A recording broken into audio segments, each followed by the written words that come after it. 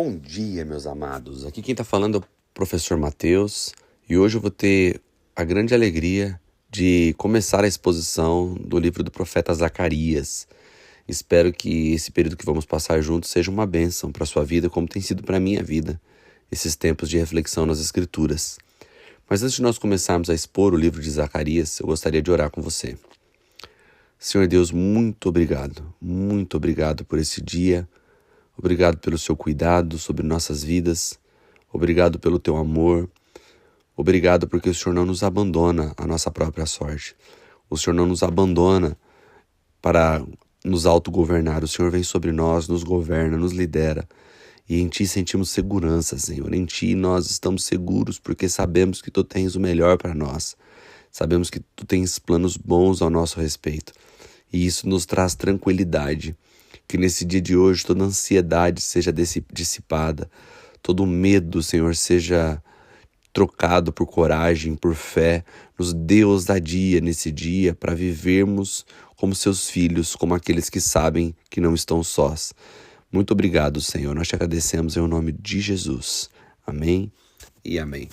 Amados, o livro do profeta Zacarias é o livro a respeito desse profeta que viveu no retorno, naquele período de retorno do povo judeu do exílio babilônico.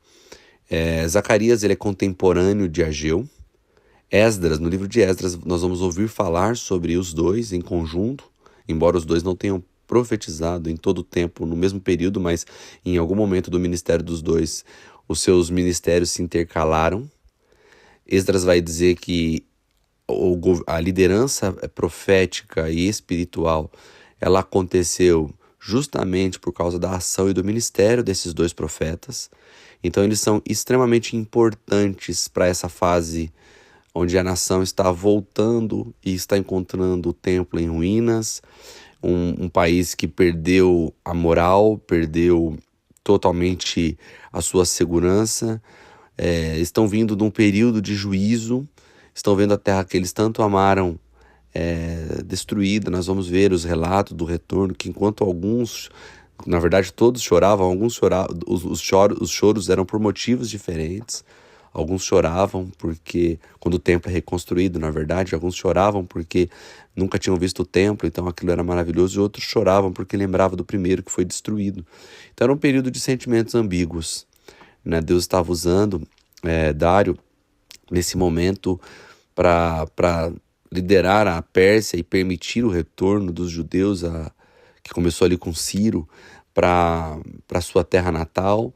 Eles estão encontrando agora muita oposição para reconstruir o templo. A obra parou por algumas vezes e depois voltou e foi concluída. Então, esse período necessitava muito de uma visão de Deus, uma visão para poder organizar a mentalidade dessas pessoas. O que eles eram, o que foram durante o período de exílio e o que Deus tinha preparado para eles nesse momento de reconstrução. E é dentro desse contexto de retorno, você que está acompanhando as leituras, você está ali vendo que Daniel está lá na Babilônia, Deus não abandonou o povo mesmo na Babilônia, Deus continuou trazendo palavras, Deus continuou tendo o seu remanescente, como sempre. No tempo de Elias também pensou que ele era o único e Deus vai dizer que não, ele sempre guarda para ele um remanescente. É como hoje. Nós às vezes usamos de forma de generalizações para dizer que o mundo está perdido, que a igreja já não é como no passado, mas a verdade é que em todos os tempos Deus sempre tem os seus remanescentes, Deus sempre tem os seus interessados, pessoas que mesmo, independente do tempo e da estação, eles continuam apegados ao Senhor. Isso aconteceu durante todo o exílio do povo de Israel, do povo judeu na Babilônia. E agora esse povo está voltando. Não voltaram todos, nós vamos ver isso ao decorrer do texto, mas voltaram muitos deles. E esses que voltaram, eles participaram da reconstrução e da restauração de Judá, de Jerusalém.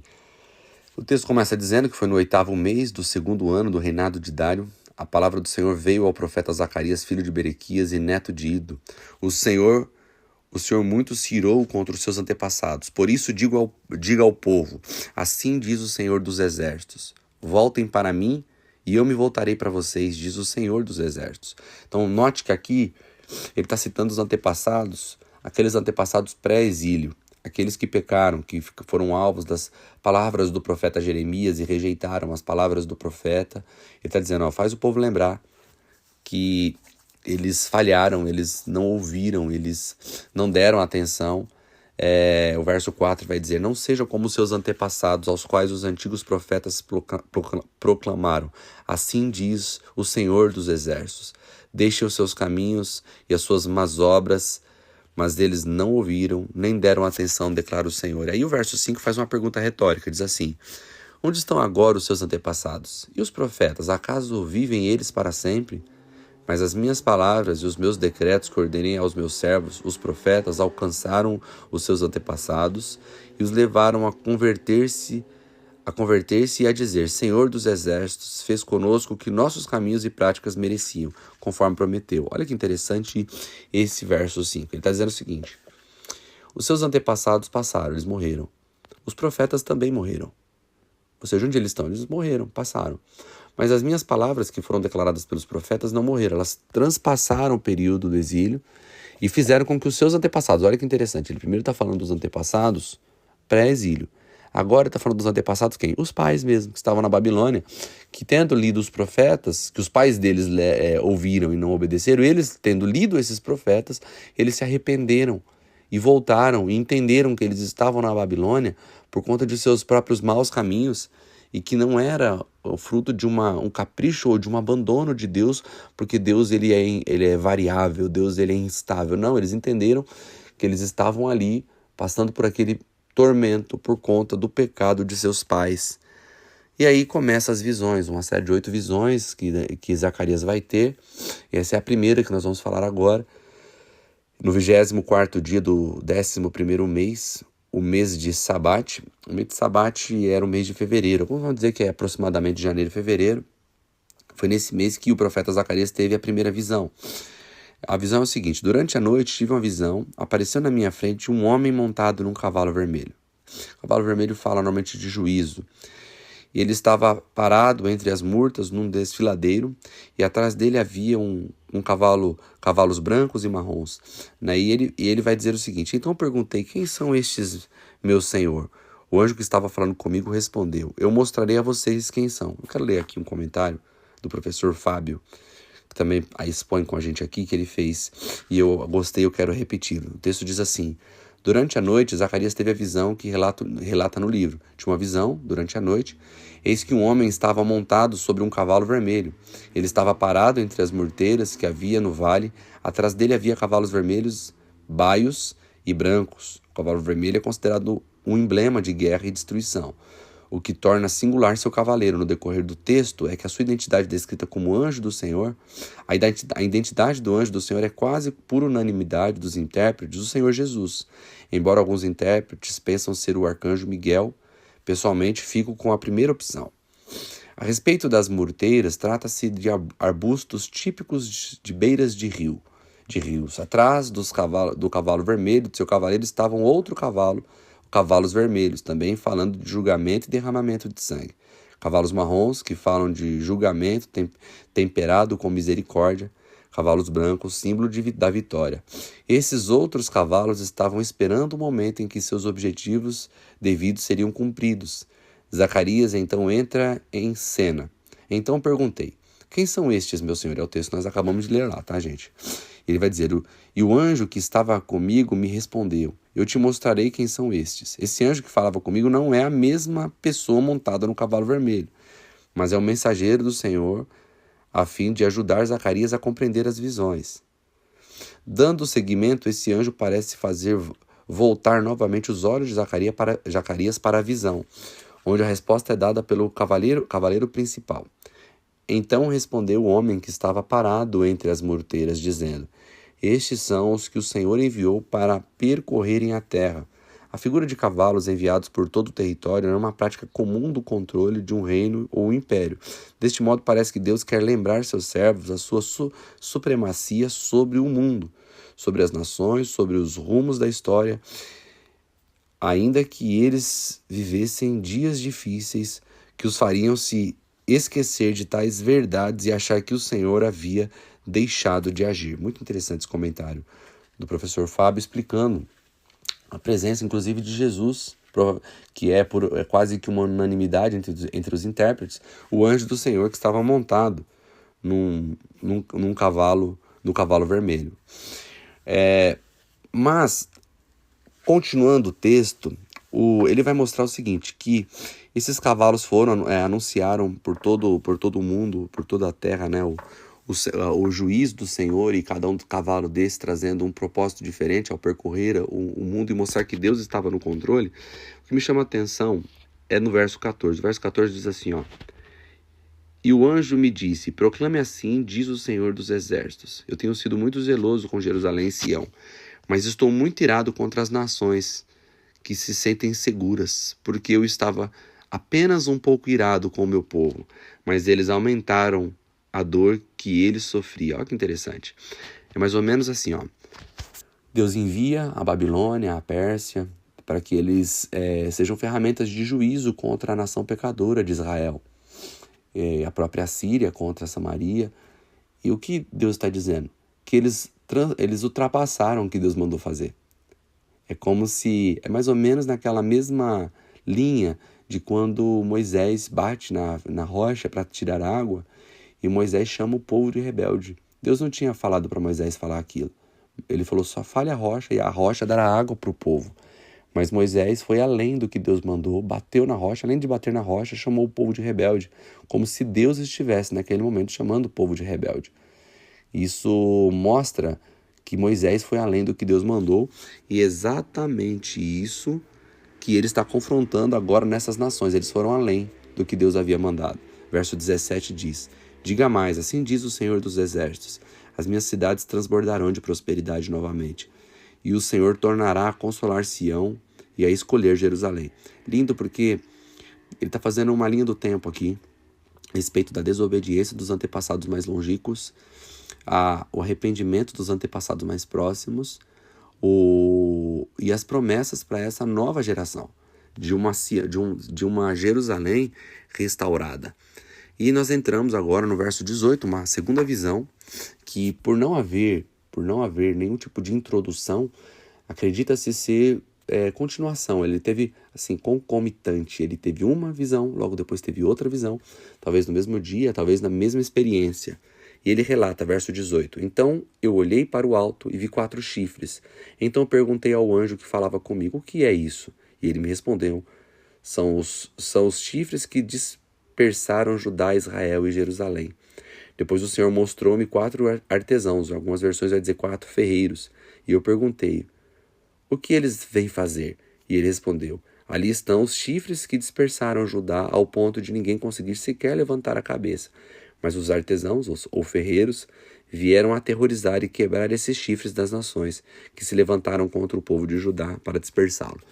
Provavelmente esses 4 chifres, eles estão relacionados à visão de Daniel sobre os 4 reinos, sobre as 4 materiais da estátua que o Senhor mostrou para Nabucodonosor, referindo-se a 4 nações que nós aprendemos em Daniel ser a Babilônia, a Pérsia, a Grécia e Roma, mostrando esses 4 impérios de nível mundial, dos quais o Senhor diz que quebrará todos eles. Lembra que na visão de Daniel, uma pedra que é soltada sem ajuda de mãos humanas, vem, bate no pé dessa estátua, derruba destrói os 4 materiais. E aqui ele está tendo uma visão similar, dizendo de 4 chifres que foram devastados pelos ferreiros. Então, essa é a segunda visão de Daniel. E agora a terceira, né? Olhei em seguida e vi um homem segurando uma corda de medir. Eu lhe perguntei, aonde você vai? Nós já estamos no capítulo 2 de Zacarias agora.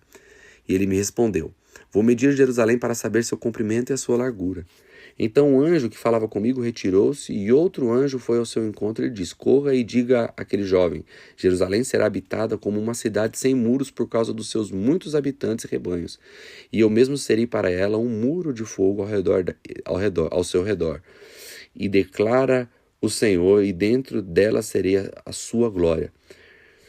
Deixa eu dar um parênteses, então. Ele está prometendo que Jerusalém seria uma cidade sem muros. Nós sabemos que isso ainda não aconteceu. Ainda hoje nós estamos vendo que Israel é atacada por todos os lados. Todos querem destruir Jerusalém. Então, essa promessa é uma promessa futura, onde não haverá mais necessidade de proteção. Hoje nós vemos o domo de ferro, né? Que é aquela proteção contra os mísseis que nós temos visto agora nas guerras ser tão eficaz e tão eficiente contra os ataques. Eles destroem, eles fazem um contra-ataque, eles fazem uma defesa muito eficiente contra os mísseis lançados contra Israel. Então é um muro de proteção, mas um dia isso não será mais necessário, porque o próprio Senhor será um muro ao redor de Jerusalém, e ele será a glória de Jerusalém. Essa é a promessa de Deus para essa cidade. Verso 6, atenção, atenção, fujam da terra do norte, declara o Senhor, porque eu os espalhei aos quatro ventos da terra, diz o Senhor. Atenção, ó Sião, escapem vocês que vivem na cidade da Babilônia.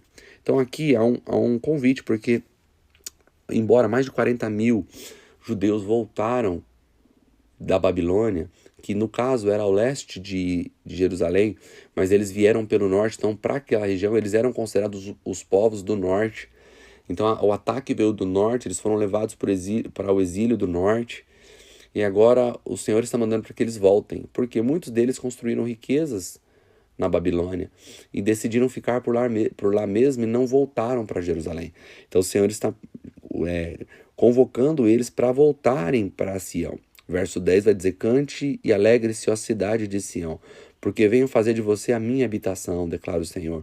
Muitas nações se unirão ao Senhor naquele dia e se tornarão o meu povo. Então você será a minha habitação e conhecerá que o Senhor dos exércitos me enviou a você. O Senhor herdará Judá como sua propriedade na terra santa e escolherá de novo Jerusalém. Aquietem-se todos perante o Senhor, porque ele se levantou de sua santa habitação. Está aqui mais uma promessa para quando Israel e Jerusalém se tornará o lugar da habitação do Senhor, onde todos os povos congregarão lá, e lá será o lugar do encontro.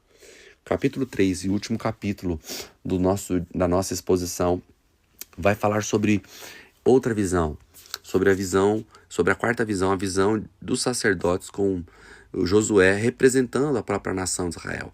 Olha o que vai dizer o verso 1. Depois disso, ele me mostrou o sumo sacerdote Josué diante do anjo do Senhor. Aqui já aprendemos que quase sempre que as Escrituras, ou sempre que as Escrituras se referem ao anjo do Senhor, está falando do próprio Senhor Jesus. Então nós temos uma visão de Josué, o sumo sacerdote, temos a visão de Jesus e temos a visão de Satanás, todos os três um do lado do outro. O anjo do Senhor disse a Satanás: o Senhor repreenda Satanás, o Senhor que escolheu Jerusalém o repreenda. Este homem não se parece um tição tirado do fogo? Está falando de que homem?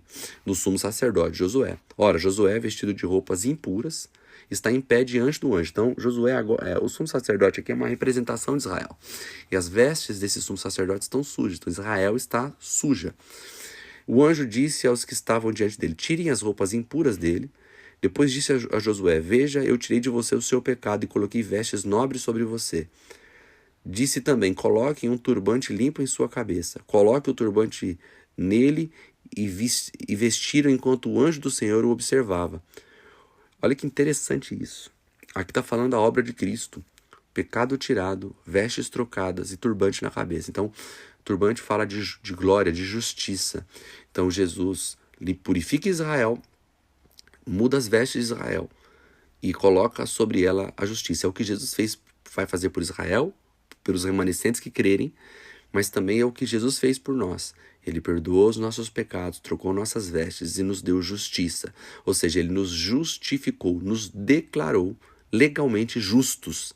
Nós não somos justos pelo que fazemos. Assim como nós não nos tornamos pecadores porque pecamos, e pelo contrário, nós pecamos porque nascemos pecadores, nascemos com uma condição de pervertida, corrompida. Assim como nós não pecamos porque não nos tornamos pecadores pelos nossos próprios atos, mas nascemos nessa condição, também não somos tornados justos por nossos atos de justiça. Somos tornados justos pela misericórdia e graça do Senhor, que nos perdoou, nos limpou e nos justificou. Ou seja, ele perdoou nossa dívida e nos acrescentou crédito. tudo isso por sua própria vontade e seu próprio favor. Verso 6 vai dizer: o anjo do Senhor exortou Josué dizendo: assim diz o Senhor dos exércitos, se você andar nos meus caminhos e obedecer aos meus preceitos, você governará a minha casa e também estará encarregado das minhas cortes, e eu darei a você um lugar entre estes que estão aqui. Então, aí o Senhor faz uma promessa a Israel, dizendo que se ele voltasse, andasse nos caminhos do Senhor, ele entregaria governo na mão de Israel, governo mundial na mão de Israel. Ele seria encarregado de julgar as nações. E além disso, ele teria um lugar entre os que estão aqui, ou seja, entre aqueles que estão em volta de Jerusalém, tudo estaria bem. Essa é uma promessa de Deus a Israel, se eles voltarem a andar nos caminhos do Senhor. Verso 8 vai dizer assim: ouçam bem, sumo sacerdote Josué e seus companheiros sentados diante de vocês, homens que simbolizam coisas que virão. Trarei o meu servo, o renovo, que está falando de Jesus Cristo. Vejam, a pedra que coloquei de frente de Josué, de frente de Israel. Falando da pedra, de novo, mais uma referência ao Senhor Jesus. Ela tem 7 pares de olhos. E aqui, o 7 aqui fala de número de plenitude, 7 faces. Então fala dos 7 Espíritos de Deus, a plenitude do Espírito de Deus que está sobre o renovo, que está sobre Jesus. E removeria o pecado desta terra em um único dia. Em um único dia todo o pecado será removido. Naquele dia, declara o Senhor dos Exércitos, cada um de vocês convidará seu próximo para sentar-se debaixo da sua videira e debaixo de sua figueira. Então, aquilo que começou, que foi consumado na morte de Jesus, num só dia, ele pagou pelos pecados. Ali o pagamento é único e ele é efetivo. E essa promessa, porque o pagamento está feito, mas a promessa, ela tem o seu cumprimento quando Israel se arrepender e se apropriar desse sacrifício. E quando eles se apropriarem do sacrifício de Jesus, todos eles poderão voltar ali e viverão dias de glória. Então todo esse sofrimento que nós vemos Jerusalém passar, um dia chegará ao seu fim. Essa é a promessa do Senhor Jesus. Eu quero concluir a nossa exposição do dia de hoje só trazendo para a nossa reflexão esse conceito de perdão e justificação. Eu sei que muitos de nós, cristãos, vivemos debaixo de acusação e de culpa e não conseguimos nos enxergar como a Bíblia diz que nós devemos nos enxergar. Então você que está vivendo debaixo de culpa, a culpa é terrível. Ela pode te trazer ansiedade, pode te trazer depressão, a culpa pode te tirar a paz, a alegria de viver. Mas foi justamente para isso que Jesus morreu, para te deixar em paz com Deus e em paz consigo mesmo, sabendo que o problema foi resolvido. E não só foi resolvido no sentido de que você não deve mais nada, você foi tornado justo diante de Deus. Então que a partir desse dia você se comporte e se veja como a Bíblia diz que você deve se comportar e se ver, como filho amado de Deus, alguém que não deve nada, alguém que pode levantar a cabeça e andar de cabeça erguida, não porque fez por merecer, mas porque Jesus Cristo conquistou isso para você. Então abandone a culpa, abandone a sensação de juízo e se alegre na esperança de que você foi perdoado e justificado. Que Deus te abençoe e que você tenha um lindo dia.